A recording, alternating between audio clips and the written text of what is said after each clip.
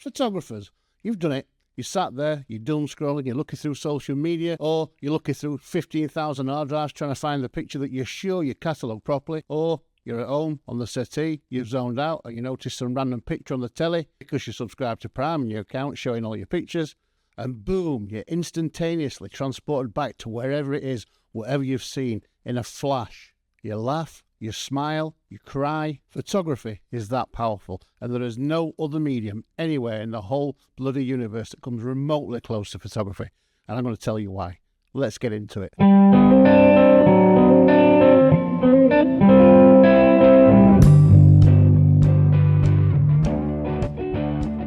Hello and welcome back to another long-awaited episode of the Burkitt Encounter. Yes, I've been away, now I'm back. I'll cover that shortly. But I just wanted to say, while I've been away, I've been looking at photography a lot. I've not really been doing photography. It's been all about looking for me. And I've looked at everything I've done over the last 20-odd years. And my God, I've taken some crap pictures. But within that, I've actually realised that I changed a lot of lives. I changed my life. I changed the life of models, actors, people. And it's not just, for me as a commercial photographer, it's not just about that. It's not just about getting people to kind of like, excel in their life through your work, which is a great buzz, by the way. You're not going to beat that. For me, photography, it's just really, really obviously that it's just the thing. It's just the kind of, it's difficult for me to, I don't find words difficult, as you know, but it's difficult to sum up in a little mush. So I'm going to go through it a little bit and explain to you and get into the nub of why photography is, for me, the most connective, the most human thing, art form or media, the most connective type of media that humans have produced, probably outside of telepathy, but that's for another day. We'll get into why, and we'll get into why it beats other things like music, film, TV, even touch, taste and smell. Photography is the daddy. Like I said in the intro, you've all been there, haven't you? You've met, I don't know, it used to be you'd pop round to your folks or to your mates and they'd have a picture on the wall, or granny would get the photo album out, and it's like, you see it and you're like, boom, you're instantly that 5-year-old kid again. You're instantly in a zone where you've got the emotions kind of live here instantaneously. It's like almost like every single little emotion from that time, place, whatever it was, are accessible instantly. And photography, it's kind of like the king, isn't it? I think a lot of what it is, we're emotional creatures, aren't we? Humans, all right, there are some heartless bastards and some unemotional bastards out there, but the most of us are quite emotional, and we quite often wear those emotions on our sleeve, and we like to be reminded of good times, bad times, and ugly times. And photography does that in a way which links, I think, directly to the subconscious, or to the, some people call it a soul. I don't call it a soul because I don't believe in that kind of thing, but your essence, the essence of your existence, whatever it is, it links straight back to that. And I say that because clearly photography is visual. It's a visual medium. It's something that you look at and you see. But when you sit and think about things, you sit and think about your past, whether you're thinking about this morning or last week, last month, 20 years ago, whatever you're thinking about, you're thinking about it in pictures. You're not thinking about it in music. You're not thinking about it in smells. You're not thinking about it in any other format other than pictures. Now, sometimes those pictures might be moving, which is fair enough. But memory's a visual thing. You're visualizing what you've seen, or what's tweaked your memory. And I think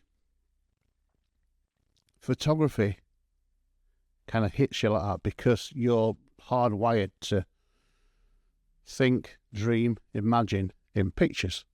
For example, you don't have a dream and go, oh, I dreamed a lovely smell last night, or I dreamed a lovely piece of music last night, unless you're Paul McCartney, of course, because he clearly reckons he did. But you don't wake up and say, oh, I had this great thing happened to me in bed last night, I was dreaming, and are able to recount it any other way than when you're talking about it visually. And I think that's why photography, one of the reasons why photography as a medium kind of strikes a chord with humans, because you are so used to imagining, thinking, remembering things in a visual context that when you see an old photograph, your brain or your persona, whatever it is you are, your consciousness just goes bang. Oh, and there's a little bit of science behind that, because I just made some notes here because I didn't want to make a mess of this, because I wanted to prove photography is the best. And science reckons that the brain reckons images, visuals, in 13 milliseconds and processes them 60,000 times quicker than it can text. So that immediate boom when you see a photograph is a hardwired thing, because how fast the brain, whatever it is that works human, can recognise it. If we look at sound and audio, it's much slower. Auditory signals take about 0.05 to 0.1 seconds, which is pedestrian in terms of recognition speed. It's like the difference between Linford Christie and me over 100 metres. So quite straight away, there's a massive discrepancy between sight and sound. Taste is much slower again. Taste relies on chemical reactions. And it's like a chemical process between your taste buds signal up to the brain. And that claims it can take anywhere between 1 and 2 seconds. Smell is similar. Can take up to a few seconds, and then you go, and you're back in the nightclub or whatever it was. So, in terms of speed, visuals, photography, is instant, beyond instant. It's like more instant than you can notice. And some people might say, well, how come then? Why is film not considered to be quick? Because films build narratives, don't they? And whereas a photograph is a narrative in one still, a film takes maybe 25, 50 frames, a couple of seconds. So you might recognise the scene straight away, quickly, but the narrative will come over a bit of time, I think. So, scientifically, they reckon, although these things are often proven wrong down the line, aren't they? Say that imagery is the quickest route to your emotional connection. And photography, because of that, is ahead of the game. It's got a bit of a cheat code in there. Now, photography, in all its forms, will trigger emotions depending on your own, either literal emotional contact to it, like my pictures up around the place here. I've got emotional contact to them because I photographed them. Or like one will go through down the screen where it wasn't my picture, it was somebody else's picture, but it's a picture of me. And this is a picture of me from a venue in Ireland, in Galway, called Cuba, which me and the band played in 2002. You can just see Dave on the drums, my brother Luke on bass, and I was just looking through some old pictures just for this podcast. And because I'm really good at storing images, as you know, I'm really good at having hard drive fails. I'm kind of having to look all over things. So after 20 minutes, I'm bored out of my brain looking for stuff. So I just looked at some local drives and I found this. And I thought, oh, God, yeah. And then I thought, my God, it's 23 years since we did that. How the fuck's that 23 years? But the story here is we lived in Ireland in the 90s, or I did, my brother did for a while, in that form of the band. We came back to England in the late 90s. I'd lost my hearing in my left ear, lost about 50% of that hearing, and developed a real bad kind of like earache, which is pretty constant. So I kind of stopped playing live in the late 90s, and I just wrote songs and had a little bit of home studio. But then I missed playing live, so I asked my brother, look, should we get the band back together, get Dave back in and do some tours? So we did that for a couple of years, and I found it difficult because I had to wear earplugs. In-ear monitors was just too expensive then, so I didn't get the same buzz, but I enjoyed it while it was kind of doing it. And this was a great time in Ireland. We did half a dozen venues or whatever it was. Might have been 3 or 4 venues around Ireland in that week. Just to say we could still do it, playing out all our own music, couple of covers, bit of Hendrix, bit of Beatles, but mostly our own work. So when I saw this picture, it didn't just transform me instantly back to Galway in August of 2002. It transported me back to a story about that gig that night, and Dave, our drummer, hi Dave, if you're listening, probably one of the top 5 drummers I've ever heard or come across. But Dave had his issues at the time, and he liked to kind of wander off and be on his own. So we'd often be at a gig and we'd be waiting for the gig to start, and we'd be thinking, where's Dave? Nobody's seen him. But then always, a couple of minutes, 5 minutes before the gig, he'd turn up, right as rain, smash the gig. But this was a pretty big gig. There might have been, I don't know, 800 or 900, maybe 1,000 people there. It was a big nightclub full, and we were kind of mooching about. There was no support band, it was just us. Me and Luke and a couple of our mates that come on the tour. We were kind of like, where's Dave? What's going to happen? And on this occasion, he did his trick. He turned up, but he literally turned up as me and Luke were standing there plugging our guitars and thinking, we're going to have to do this a cappella. So when I saw that picture today, I didn't think, oh my God, that reminds me when I used to be in a band. It just reminded me of that story, straight to that story. And within a millisecond of seeing it, I didn't think about the tour, didn't think about the fact that I'd just had a couple of kids and I'd left them behind. Didn't think about any of that stuff.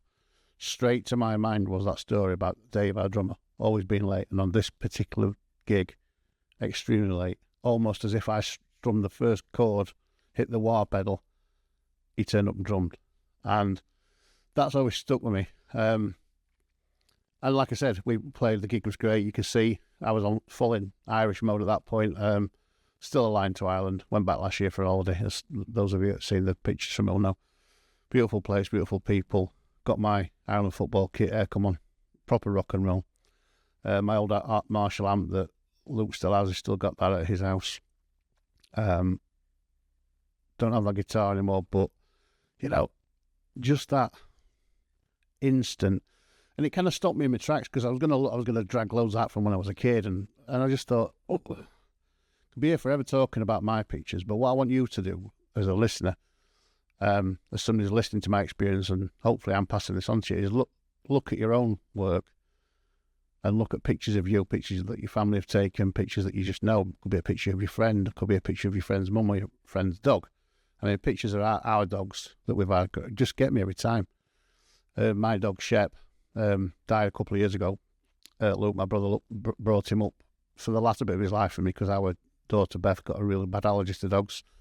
So until she left home, we couldn't have dogs. So Luke beautifully brought him up for me for the last 6-7 years of his life. But when I see pictures of him, I see pictures of him as he's old and when he's grown up. But I just always think about him as being a pup because when I got him, he literally came everywhere with me because I wanted a dog as a mate. I didn't want a dog to live in the house. So at that point, he'd come into the studio with me all the time, and everybody that came to the studio, models, the photographers, makeup artists, anybody knew Shep. He was just there. And that's the kind of memories for me that when you see these things, that because of that, I think, initial strike up, that boom, that wow from photography triggers, I think, emotions differently because I think if I was watching a film of myself gigging or a film of myself playing with the dog, I don't think I'd have the same memory. I think because it's a one-shot deal, because it's a moment in time, not moments in time. I'm not allowed to, what happens is it doesn't come at me and I go, and then start to remember. I've gone, and I've already got the whole movie playing in my head. And that's the kind of, for me, the sentiment of photography is instant, powerful, demonstrable. You can see impact, the weight. It's just something more tangible than all the other mediums for me. So that's me playing in Galway. I don't know who took the picture. It was probably Anthony, me, or might have been one of the other guys. But it's not a bad picture for a film camera, point and shoot film camera, 2002. It wasn't digital. It's a scan of a digital picture. So that's me playing in the band, Jopus, Jopus. You can find it on YouTube if you're desperate for a look. So, I think it depends what you're looking at. I mean, I look at my work a lot. I revise my work a lot. I look back at what I've done. I have days where I love it, days where I hate it, but I've got an emotional connection. And if I look around you'll notice that I've changed the set a little bit. Did that for a couple of reasons. One, I couldn't access the set very well, and two, I wanted just to get a bit more of the work up. But anyway, if I look around the room and see my work, I've got an emotional connection to it all. And I don't have to think about where it was, what I was doing. It draws me to a certain part of that photo shoot, that like, I don't know, the moment, if you like, the time, place, people. And I don't know about you guys, you might be different, but I don't see memories of photographs in terms of smells. You know, like sometimes you hear a record, or you smell a smell, or you touch something. I got a book through the post the other day, actually. I bought a book. Might be here, actually. God knows, I probably left it in the car. Anyway, and it was a second-hand book, very second-hand, from the 80s, and it came from the post, and when I opened it, I went, to Kirsty, I went, hey, smell that. I was like, oh my God. Now that took me back to school, because, when you're at school used to have like a dust feel about it, particularly like junior school and infant school. You go in the library there and it had like a dusty old lady kind of smell and aura. And this book, it was kind of like tinged brown because it was old and it'd been on a shelf forever, but it had that smell. So that kind of transported me back to that time. But it didn't take me back to that instant. It didn't take me back to that 126th or 160th of a second. It took me back to the year-ish. And I think that's a distinct difference for me between photography and other mediums, and we'll get into that a bit more later. But also you've got to think about, if you look back at famous photos. I mean, there's the Napalm Girl one. I was looking at that recently because there'd been a bit of hullabaloo about who actually owned the copyright. They thought, somebody thought that perhaps the wrong guy being given credit for it all these years later. They're trying to argue it. In the end, thankfully, it's gone back to the guy who was originally credited with it. Name escapes me, sorry, guy. But that picture of the Napalm Girl, if you see that as a casual onlooker, like a newsreader, you'll see that and you'll think, it's tragic, that's just awful, oh my God, what's happened to that poor girl? But you are not taken back to that place because you weren't there. It's giving you an insight into what happened at that place, or it's that photographer's narrative of what happened at that place. But you don't have a direct emotional link to it. You have an emotional link to being a human, don't you? You're going, oh my God, a bare naked young girl has been napalmed. Is she burnt? Is she covered in acid? Is she on fire? Can she see? What is it? And a lot of that, I guess, will depend on the captions that came with it, and I don't know what they were without searching them, but certainly the narrative's kind of almost written for you.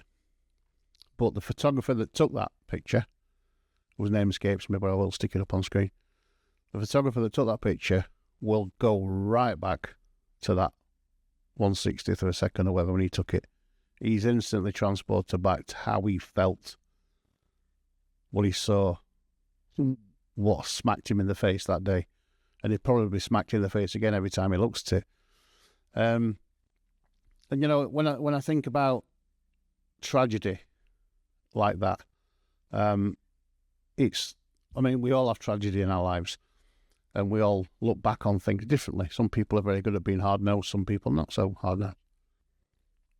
Being human and being honest about your opinions, being human and being honest about your emotions is the thing that stands us above